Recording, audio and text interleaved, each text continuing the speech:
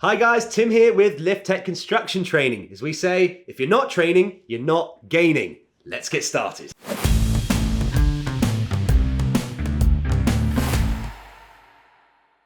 Hi guys, Tim here at Lift Tech Construction Training. Today, we are going to talk about your career progression options for working in lifting operations. Unlike so many trades, lifting operations has a really clear hierarchy for roles and responsibilities that you can take on as you become more experienced. So what I'm going to outline today is a pretty typical path that a lot of our candidates prefer to take. And what I like about this is kind of going from you've got no skills, you've never worked in a construction site before, up to you're earning 6 figures a year as an appointed person, for example.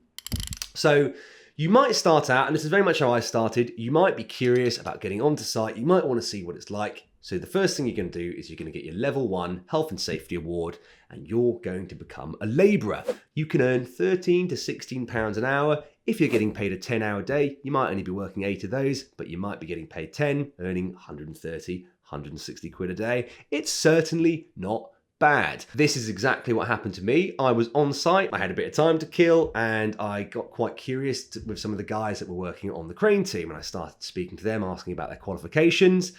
And they said, Tim, why don't you go and do your Slinger Signaller course? And I thought, well, why don't I go and do my Slinger Signaller course? Effectively, did my 4 days training, became qualified, got a job within a few days, and I absolutely loved it. I never looked back. I paid the cost of the course. Back then, it cost me about £900 to do it. I paid it off in a week of work.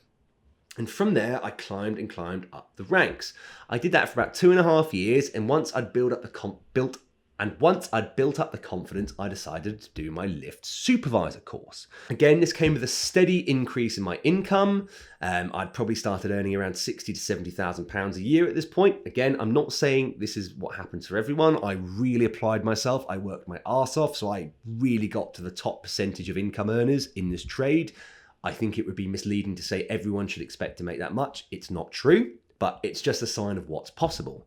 Now, not long after that, I obviously got into the training side of things, but had I not done that, I probably would have then gone and done my crane operator license or my appointed person license.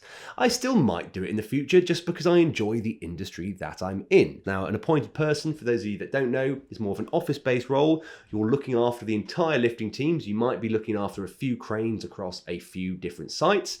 It's your job to put the method statement or the lift plan together, to hire in the equipment, and you're basically expected to have a very in-depth knowledge of lifting operations. Again, it's also quite nice if you do currently work on site to know that you've got something a bit more office-based to work towards if you don't want to be 60 years old working out on a construction site. There are office-based careers you can certainly work yourself towards.